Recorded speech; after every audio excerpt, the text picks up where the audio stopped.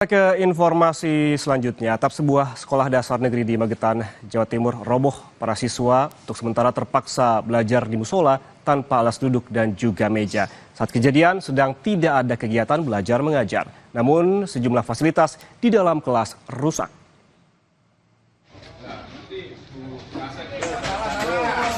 Atap ruang kelas Sekolah Dasar Negeri Ngelang 1 di Desa Ngelang, Kecamatan Kartoharjo, Magetan, roboh pada Rabu kemarin.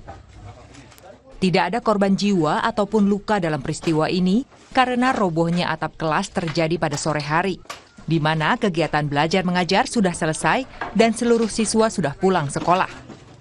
Namun puing-puing menimpa fasilitas yang ada di dalam kelas, sehingga kursi, meja, dan sejumlah alat belajar mengajar rusak. Meski tingkat kerusakannya belum bisa dinilai, lantaran proses pembersihan di kelas yang rusak tersebut masih dilakukan. Menurut pihak sekolah, robohnya atap kelas ini diduga karena bangunan yang sudah lapuk termakan usia. Dan ditambah hujan deras dan angin kencang yang terjadi di wilayah ini memperburuk kondisi atap kelas. Ruang kelas 3 ini roboh dikarenakan sudah keropos dan hujan terus-menerus kemarin sehingga ambruk.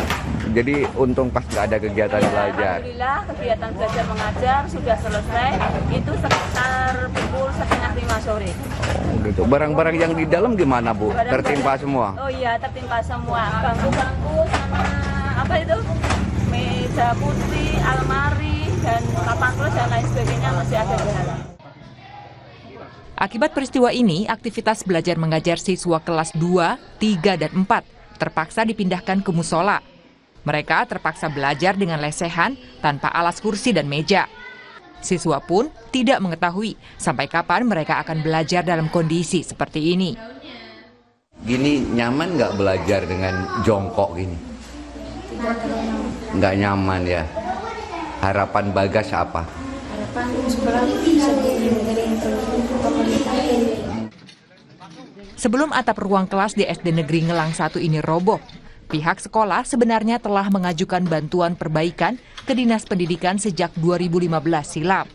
Namun hingga kini tak kunjung ada realisasi. Hendra Setiawan, Kompas TV, Magetan, Jawa Timur.